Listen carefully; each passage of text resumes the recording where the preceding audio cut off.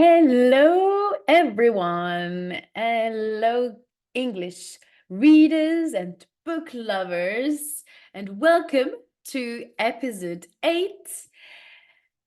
Welcome to this live episode, uh, episode 8, The Power of Graphic Novels in Language Learning. This is the topic of today's podcast, live podcast, and we will see if people are joining today. It's at a different time today. I had a last minute change, so I'm doing it today at 6 p.m. and tomorrow as well. It will be 6 p.m. as well. Oh, my hair. For a book in review tomorrow. So let's start with the first question of this topic is, what is a graphic novel?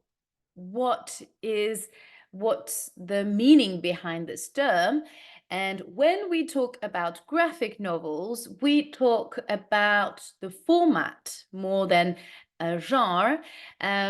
Similarly to comics books, they are featuring sequential art. Sequential art. Hello, Melissa. How are you? Welcome to the live podcast. Sequential episode is, so today I'm talking about Heartstopper, a graphic novel. This is the example that I'm going to use today because it's a graphic novel that I have used myself in classroom with my students, and I'm going to use this book as an example. I'm happy. Good. I'm happy. You're good. Nice. Did you have a good day?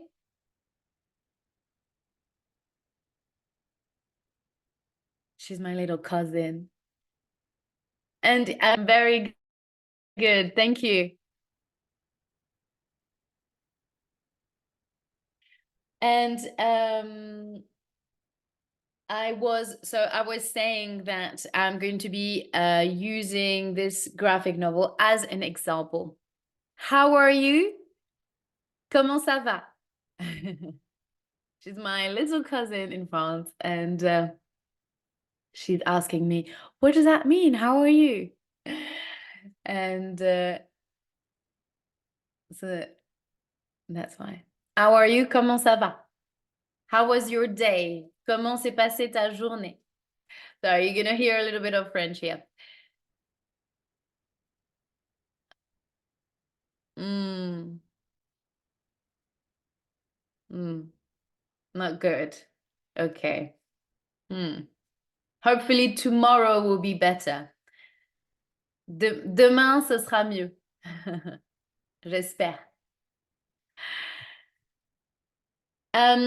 So let's carry on. So what I was saying is the term, I was showing you an example of the term sequential art. So what they call sequential art is the fact that they are pictures here, and you have different little kind of drawing boxes where you have the start here of the scene, and then here, continue there, and then you've got speech bubbles here and there to read as well. So that's what a sequential art is, but as you can see, it's not in the format of a long and complicated. Oh, my dear. I hope tomorrow will be better. Yeah, some days are bad, some days are good.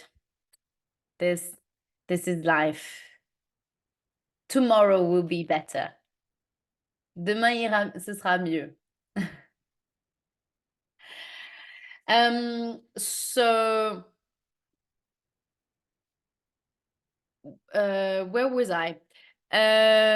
So in the form, yeah, so as you can see, sorry about this. So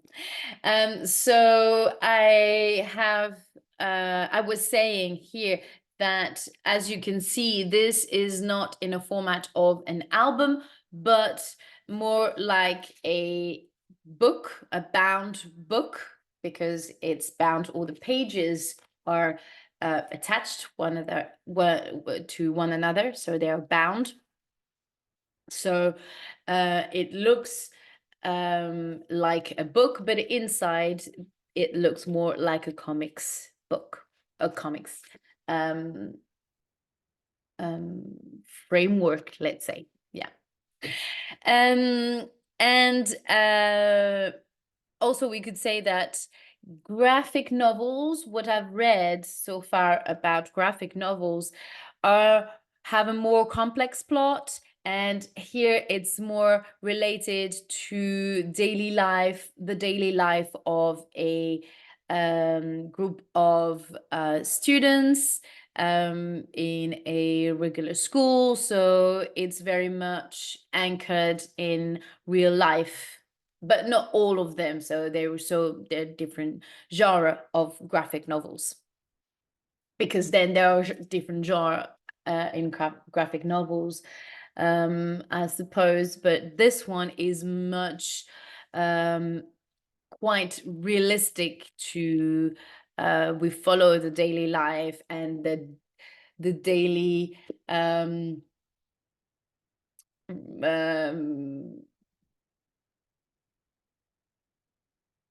heartbreaks and kind of yes, the tribulations of young adults or teenagers. Yeah, so more like the I don't know how to say, but it's more about, yeah, all the little uh the little, no, not necessarily little, but the struggle of being a teenager and having to face discrimination, or um people mocking you and things like that. So that can be very hard and serious topics. I mean, definitely in relation to that novel, it's very much anchored into real life issues of these students. Yeah. um so we could say, yeah, so that's graphic novels have more complex plots than comics books are very much known for, of course, there are so many genres. They're also very realistic and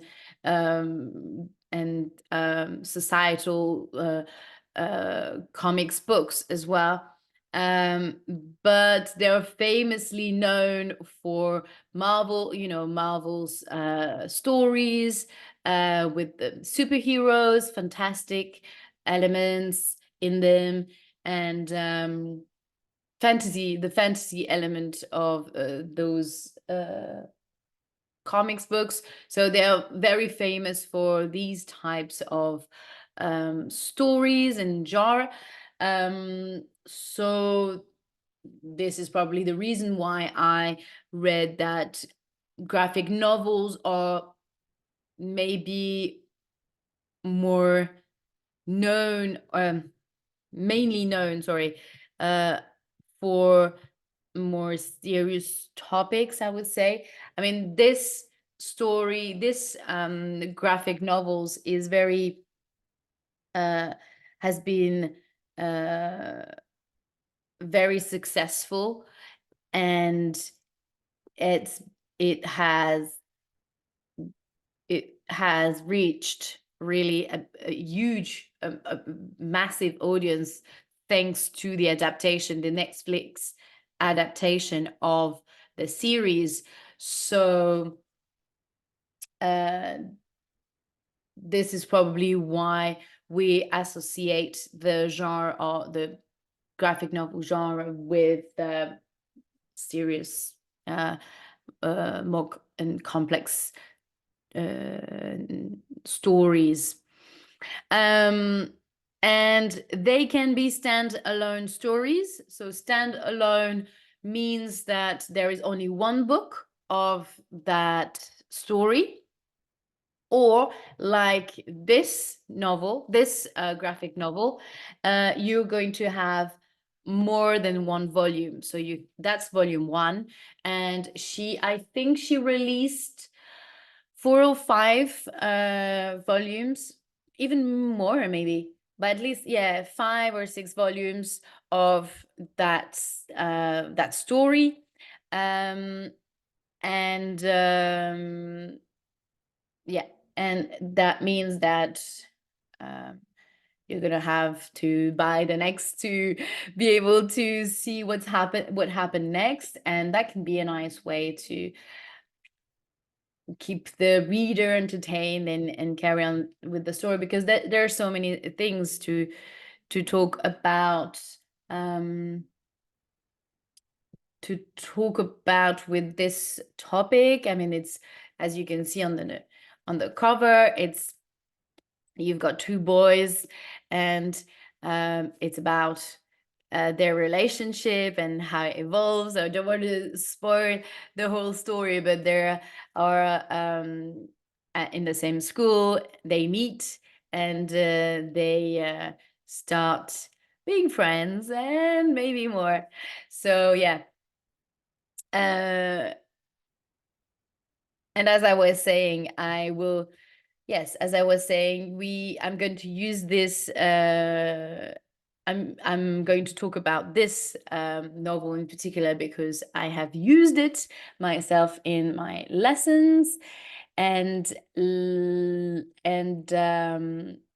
this is how. So now I'm going to explain, or give more details about how I used it and why.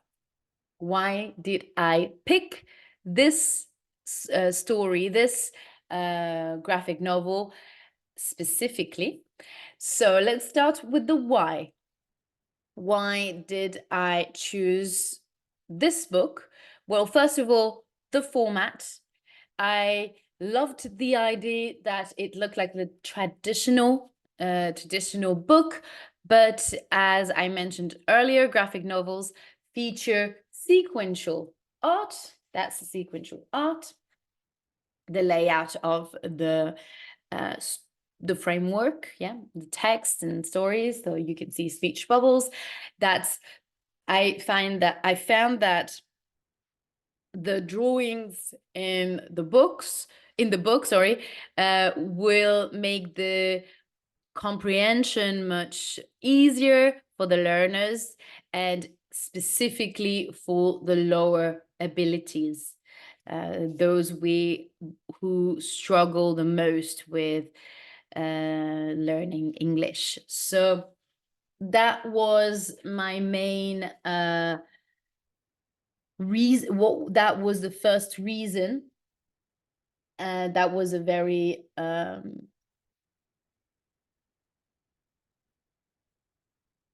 decisive, I would say, or very strong point in the choice of book. And then the topic, reason number 2, the topics of this novel.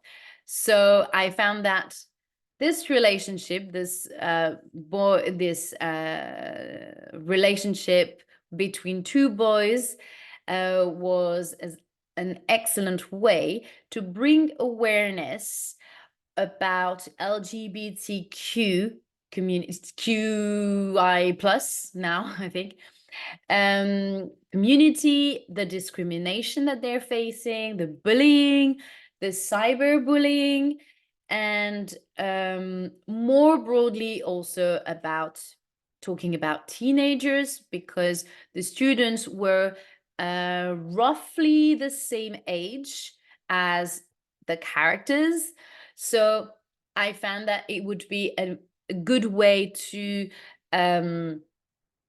for them to relate to those students. And the fact that they have to navigate school and changes and friendship, and all these topics could be easily relatable. My students were mainly boys, so that put even more um, um, weight. That was even more interesting to see their reaction, to hear as well their reaction about two boys liking each other. Yeah, so that put a lot of questions, that raised so many questions and debates as well on so many topics. And yeah, so those were also the reasons why I thought that this story would be suitable for them and make my students um, reflect on the bullying and cyberbullying of students that are different, and students who are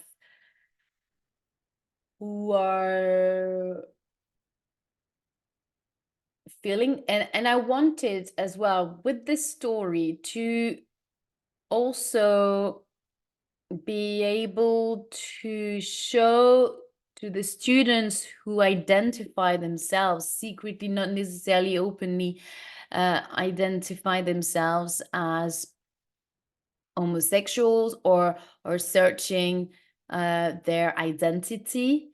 I thought that this book could also shine a light on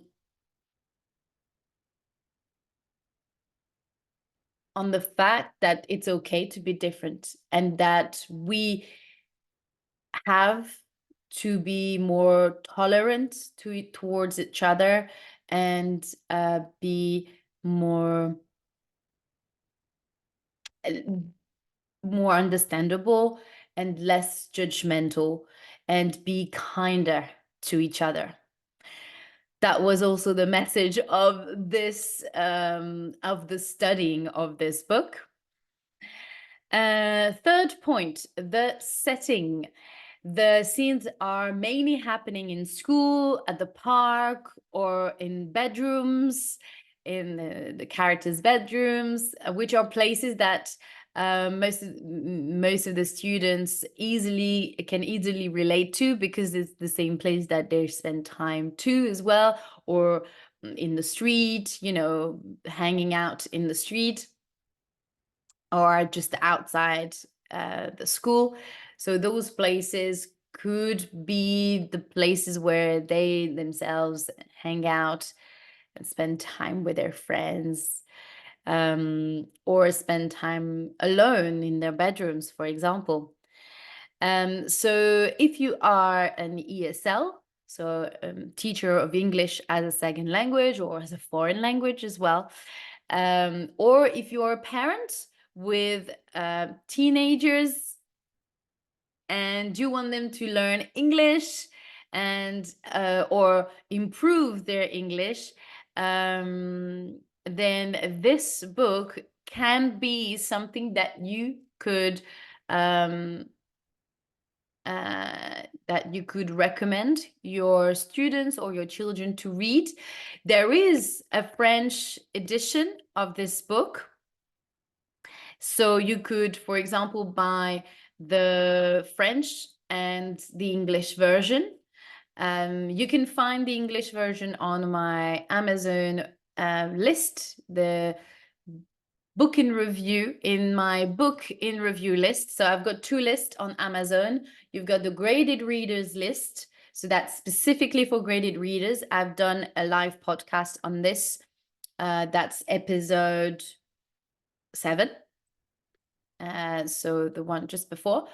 And you will be able to know what graded readers are looking like. But well, I can show you straight away an example. Yeah. So if you are just listening to this podcast, best is to maybe watch the YouTube video, because then you can see, or on Spotify you can also see the video. So graded readers look like this and this. So they're adaptations of graphic novels, novels, sorry, classics or original books.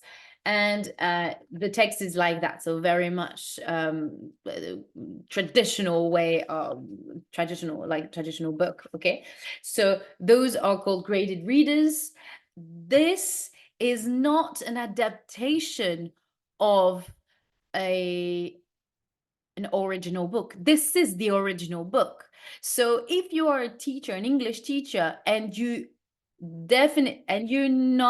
don't like graded readers, or you're a parent and you don't want them to read that or whatever, but I'm talking more specifically for teachers, because I know that teachers are very have some teachers can have very strong feelings about graded readers, so adaptations specifically for learners of English.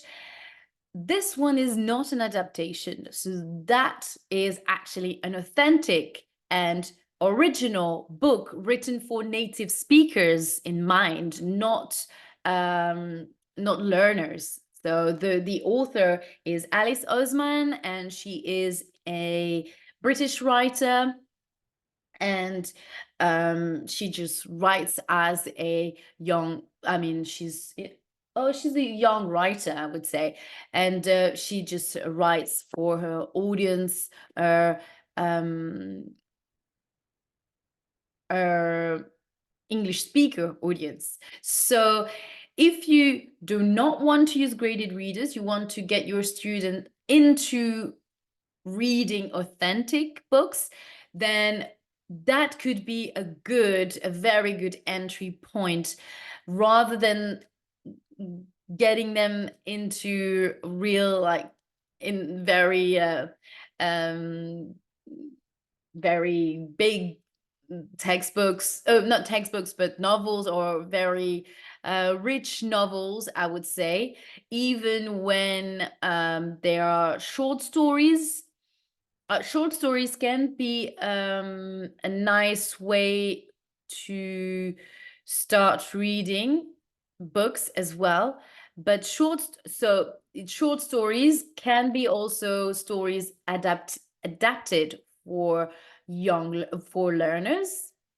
So those ones will be similar to graded readers, because they are not going to be authentic. And you also have, of course, short stories, stories written, classics, short stories written by English writers. But then it depends on the level of English, because short stories can be quite tricky to understand if the English date from the 19th century. If it's English, the 19th century English, that might be quite hard for them to get to manage to understand the meaning of, or to understand the structures of the sentences, because it's Old English. So that might be a little bit, that might add an element of difficulty that they will have to overcome. So that's why I think that the fact that it's sequential art, that it looks like a comic, and that the text for in each page there are not so many texts, it's digestible for them, especially if they're not used to reading. That can be a good start, really. So that's why I really recommend it. Hi, hello Tito. Hi. So that was the four. Oh no, I forgot about the fourth reason. The fourth reason I selected this graphic novel is because it's an adaptation on it has been adapted on Netflix. So there is two series. I think they've done two series of this book, and not only this volume, but they have adapted also the other volumes of this story. So that was also a major aspect that led me to study this book, as I knew that it would attract their attention because they could look into Netflix. Actually, I had a student who was really into the story, and he watched the whole series, and he got really into the story. So it was nice in that sense, but also I could use the trailer of the story as a listening exercise. So this is also one of the reasons why I thought that this book had great potential of study with my students. So those were then the fourth reasons why I chose this book to study with my students. And so now, how I used it. That's also another interesting, important topic, is the fact that the thing is, there aren't anything. There is nothing. There are some, I found a couple of worksheets or little activities based on the book, but not really something very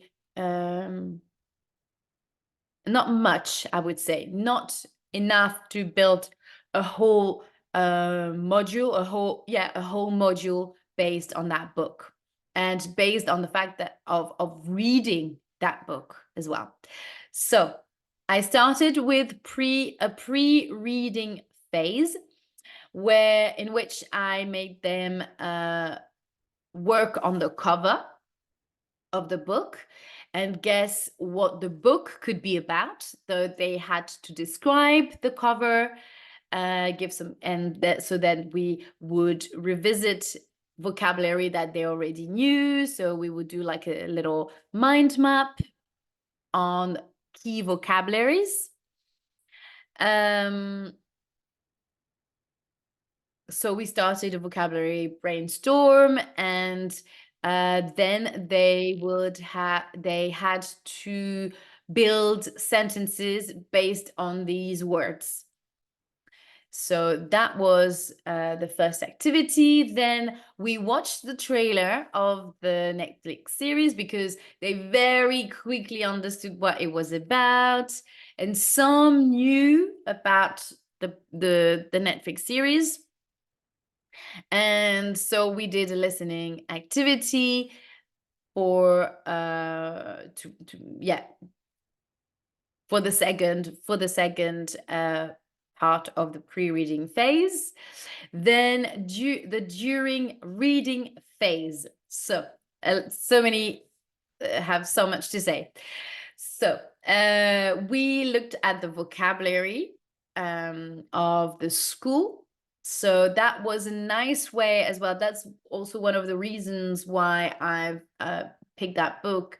It's because I instantly thought about the fact that we could revisit the vocabulary of school, which is a topic that we study usually in year 7, so grade 7, where you are in age between 11 and 12. So that's the topic. School is that the topic that we often do at that time. And so I that was a nice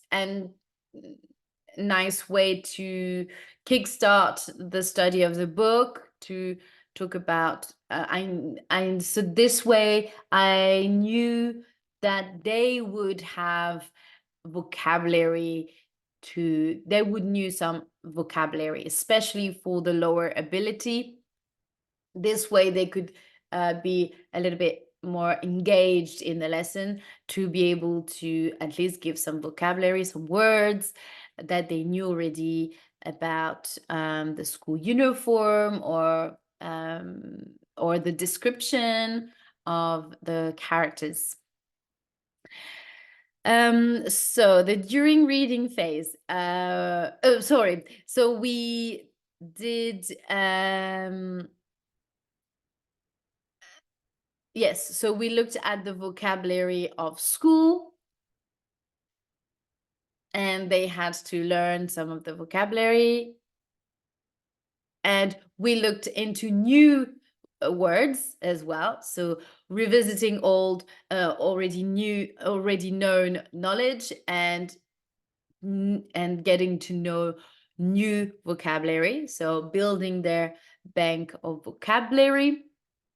Then I chose to divide the story in different sections. So this is why you can see all those little sticky notes. So I've decided, so that's not really, yes. So I decided to, so there is chapters. Yes, so there are yes, so in this book, so you have 2 chapters in the whole book. So I marked here, it was chapter 2, but the thing is, that was chapter 1, and then chapter 2 was the rest. So I was thinking that this is not very balanced, so I decided to divide, and I knew that reading, that wouldn't be enough, for that would be too much. Sorry, that would be too much for them to read in one lesson. So I had to divide the book in sections, so that it could be more manageable, sorry, in one lesson. So in each section corresponded to the reading of one in one lesson, with questions, comprehension questions as well. Hi, Katie, welcome. Thank you for joining tonight. Different timing. I think that it's going to be more, more, yeah, good evening, yes. Yeah, I think that next week, my live reading will be also in the evening. So now I'm a little bit busy during the day. So that's gonna be the new timing from now on, I'm afraid. So I hope that you will still be able to make it live. So I am talking about graphic novels, and this is the example that I'm using to show what it looks like, what it's about, and how I used it in my lesson. Oh, great. I'm happy that's good for you. So I'm explaining here how I used it in my lessons. So I used that book last year, and I'm not sure that this year, because I'm teaching in a different school this year, so the level of the level of the student is not it's not quite not as high as the ones that where the students are younger. So even though some have a good level, it's not for everyone. So I don't think I will be able to use that this year, but I will use different ones. There are going to be other books anyway. So I divided then this book in different sections so that it was more digestible each time that we will be reading. We would be reading the section of the book. And unfortunately, yeah, that's another point that was um, a little bit the downside of using that book is that there were no audio version of this book. If you have the audio version, I would love to know where you found it, because I didn't manage to find the audio version of the book. So I read the book with the class. I did the reading. So it's not the same as when you put an audio, when you put the audio, because sometimes audio versions are quite well made and they have sounds in the background that puts the readers or the listeners into a nice atmosphere. But in that case, I couldn't, because this is not something made for well, the thing is, there are audiobooks even for native speakers, but for some reason there are not any for this one.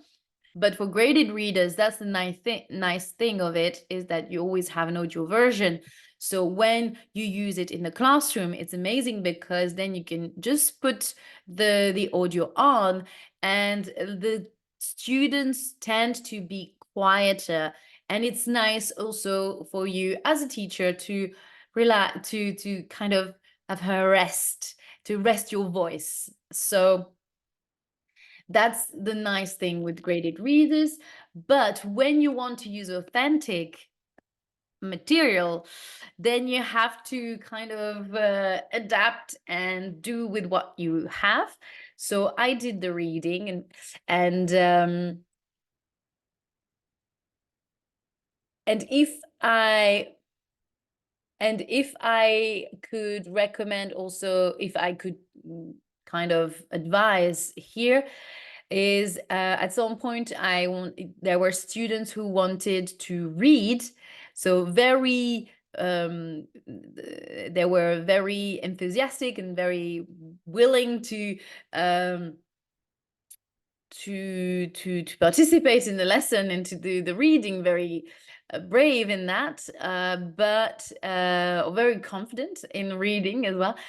But the thing is, I had a go. I tried, I tested with them, but it didn't really go that well. It didn't really work. So I would advise to not allow, it depends on the class. It would depend on the student as well, unless it's a very it's a bilingual student, or someone that has a very good level in English, then, and it's a serious students, a very sensible student, then perhaps, yes, you just have to adapt to gauge whether it's a nice thing to do with the class, with this class or not. You kind of have to have a go. And the thing is, I found that it was a little bit too time consuming. Unless, as I was saying, the students are well behaved, and or if it's a small classroom. Depends of the students that you have and the kind of the setting. yeah, so otherwise, in doubt, then you just do the reading yourself. So for each reading sessions, so once we had worked on the vocabulary of school and etc., we did those, we started the reading sessions. So the students were quite excited about reading the book. So for each reading sessions, I had prepared a questionnaire for them to answer while I was reading. So they had a questionnaire to answer, and before the reading we would go over the questions so that it would be clear for everyone, and this way they could be active listeners and not messing around while I was reading. So that was also a nice way to keep them on task while I was reading, and not just being passive and start distracting the lesson, and for some who are not who can't focus much, get easily distracted. So that was that was uh a nice strategy. However, that was good. I was that worked well, but I have to confess here that I made the mistake to make to create too many questions. So the thing is, I had planned, I think, 10-ish questions for each reading sessions, and that was too much.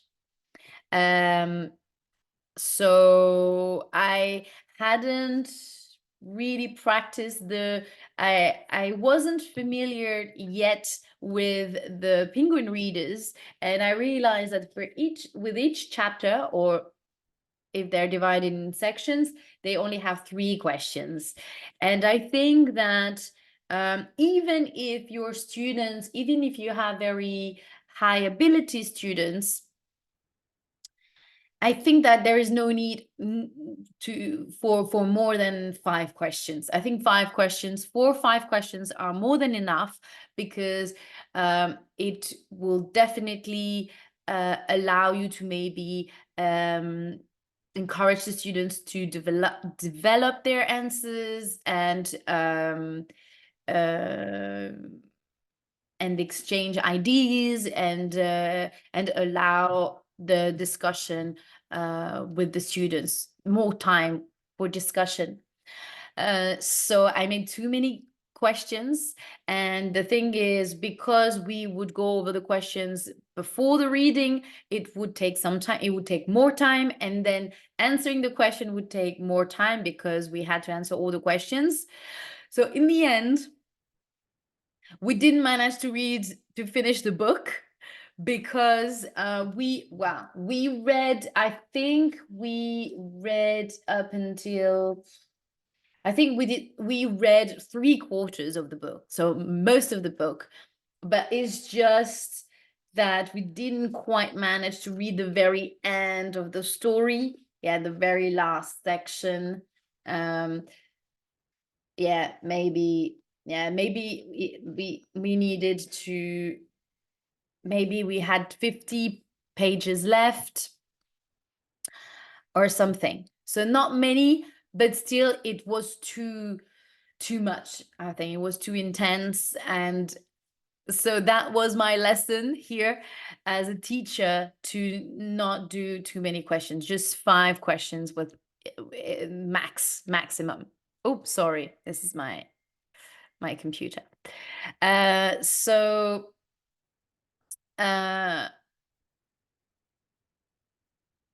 that's the warning here.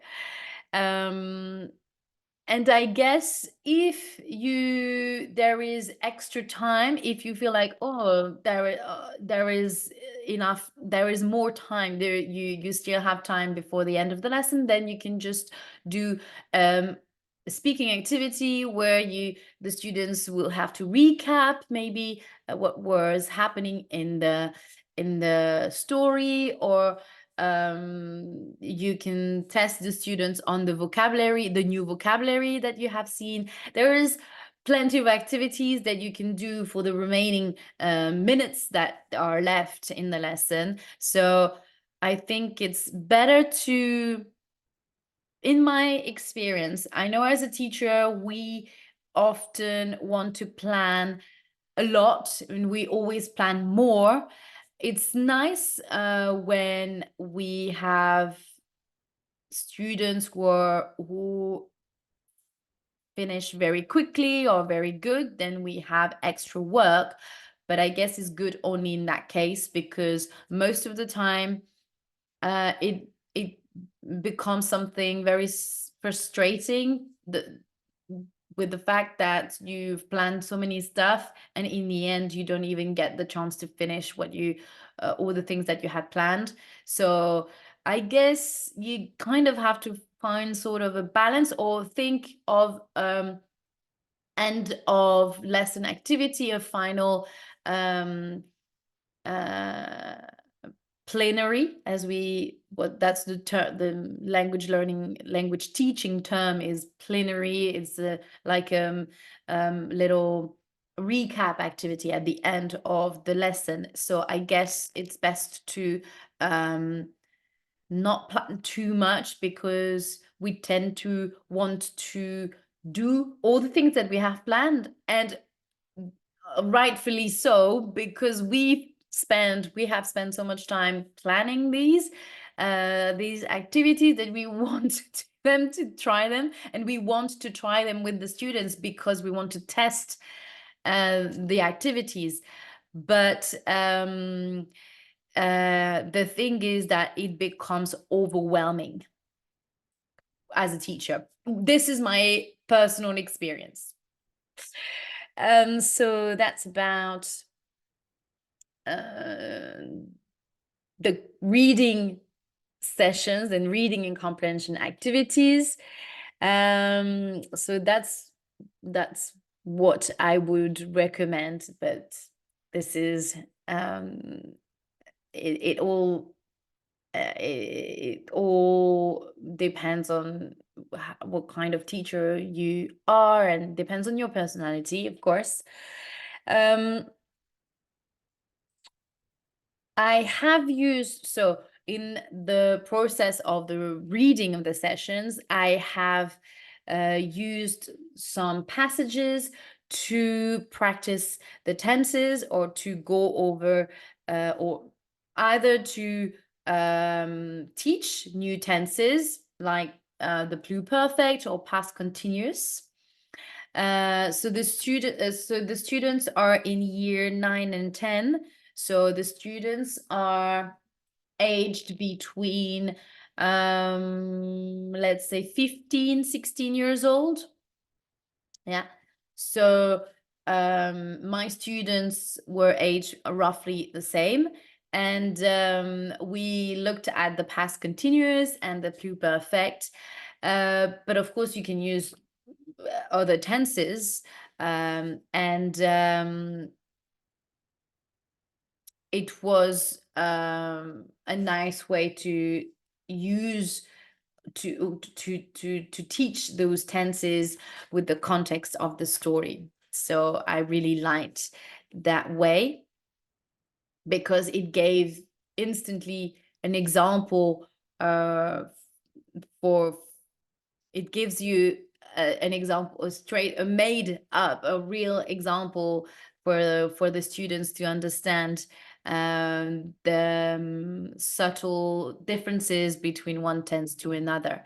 So that's why I believe that using stories in your lessons and in your teaching is so amazing, and it gives a context and a nice way to introduce a new grammar point, or um, a way to a way for the students to easily understand the differences between one tense to another, because they know the characters, they know the story, and then they can sort of get the difference between one scene to one action to another, and see the differences that it makes. So that's how I used the book with tenses, with the grammar point and vocabulary. And now I'm going to talk a little bit about the after reading phase. So at the end, so when it was towards the end of the module, or before so it was just before the holidays or something, I had to finish and to get some to grade, to have some marking for them to I needed to assess, I needed to assess my students at the end of this module. So we didn't really have finished the reading, but I had to finish up the module quickly so that I could assess and mark my students and get some marks for the end of the semester. So what I did is I asked them to do a role play, to learn a little scene, to learn a passage, and to play it in front of the class. And they really loved it. And I was so surprised that they got so into the activity and to the challenge of learning this. I can't remember what passage it was. Final task, yeah, it was learning. I chose this passage they had to learn, so they were in pairs and they will learn this little passage. And then they had two choices. They had this one, or I can't remember. Choose one. And then choice two is, I don't have the mark of choice two, unfortunately. I don't know why. I can't remember. Anyway, they had two choices, and maybe it's that one. No. So they had this one, and then I don't know where I put the choice one, the sticker. Where is it? Chapter two? No. Why not choice one? Oh, I put it here. I don't know. I lost the page. So they had two choices, and the choice one had a little bit more text than choice two. So obviously they all picked this choice, but I'd rather for them to pick this one, the easier one, than having two choices, two difficult choices. I mean, two choices with a lot of text, and they wouldn't do the task and wouldn't pick anyone, and wouldn't make even the effort to try to learn their parts.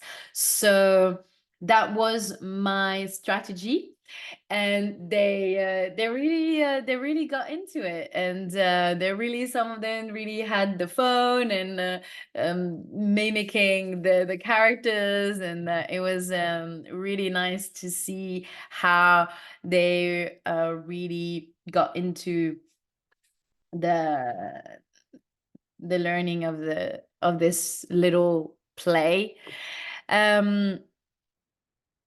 Of course, that was my choice of final task, but of the module. But of course, you could have also asked them to write, because this is volume one. That could have been as well an idea of writing a final task, writing a writing task, a final writing task, sorry, you could have asked them to write the volume 2. So, or kind of a little the beginning of the volume 2.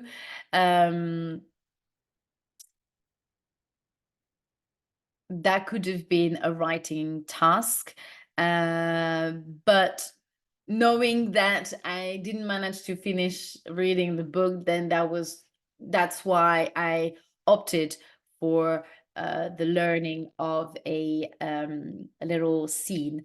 So this is what the job is about as well, is then when you realize that what you have planned doesn't really go the way that you expected, or that you had a very high expectation, or too much, you've planned too much, or you expected too much, then it's adapting in response to that realization. When you realize that, oh my God, this is the end of the semester and I really need to close this and to finish up this module, then this is where your adaptation, your capacity of adapting yourself to the classroom will take place, and that you have to change gear and then and shift your and kind of adapt the end of your well, adapt your sequence, or your module sequence or module, and propose a different type of activity or type of work for them to be assessed on. So that was my experience teaching graphic novels, teaching languages, or teaching English, sorry, with graphic novels. I hope that you enjoyed this video, and that you found this video inspiring or interesting to see how you could use graphic novels in your teaching. So that's English language teaching, but that can be, you could, if you are a German teacher, I'm sure there is a German adaptation of this book, or you could use, if you're French, if you're teaching French, then it's teaching French as a foreign language, then you can use the French version, and that's amazing because you have the book translated in many languages. So that is one way. So this is how I explored, this is how I used the book as a teaching material, but there are probably other ways to use the book in a lesson.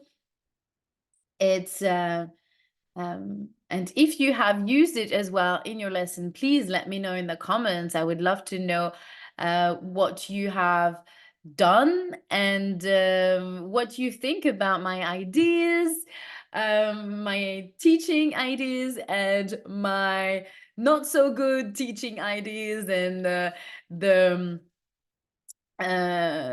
things that the little mistakes that I've done, and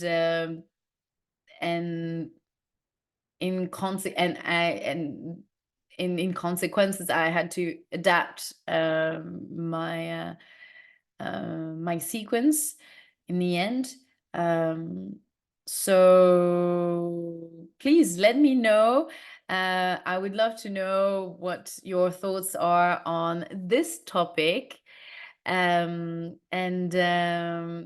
I will see you tomorrow for a new live podcast. This is the last live podcast of the week. And Monday, we will start again a live read along of Little Women. Get yourself ready. I hope you've got your book ready for the live read along of Little Women, and it will be at 6 p.m. as well, live on Instagram and also on Zoom if you want to attend the live on Zoom. So tomorrow, before that, so before the live reading, we've got our live podcast tomorrow on younger. I've done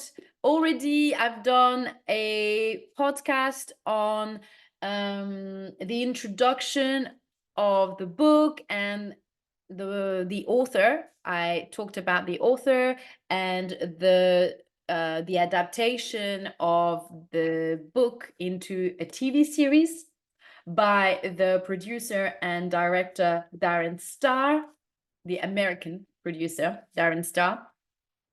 So tomorrow it will be a proper good review. It's not just going to be a little introduction. I will be talking about all the little notes and annotations that I've made and the topics that made me reflect on certain aspect of the characters or things that inspired me to reflect on. So that's the program for tomorrow. That's the live program. That's the program for tomorrow. I don't know what I'm saying. Oh my God, it's 7 p.m. I think I'm just tired. So that's for me. That's all for me today. And I will see you tomorrow. Hopefully, I will be able to articulate myself better. So I see you tomorrow, hopefully, Kitty, and have a beautiful evening and a nice rest of the day. Bye bye.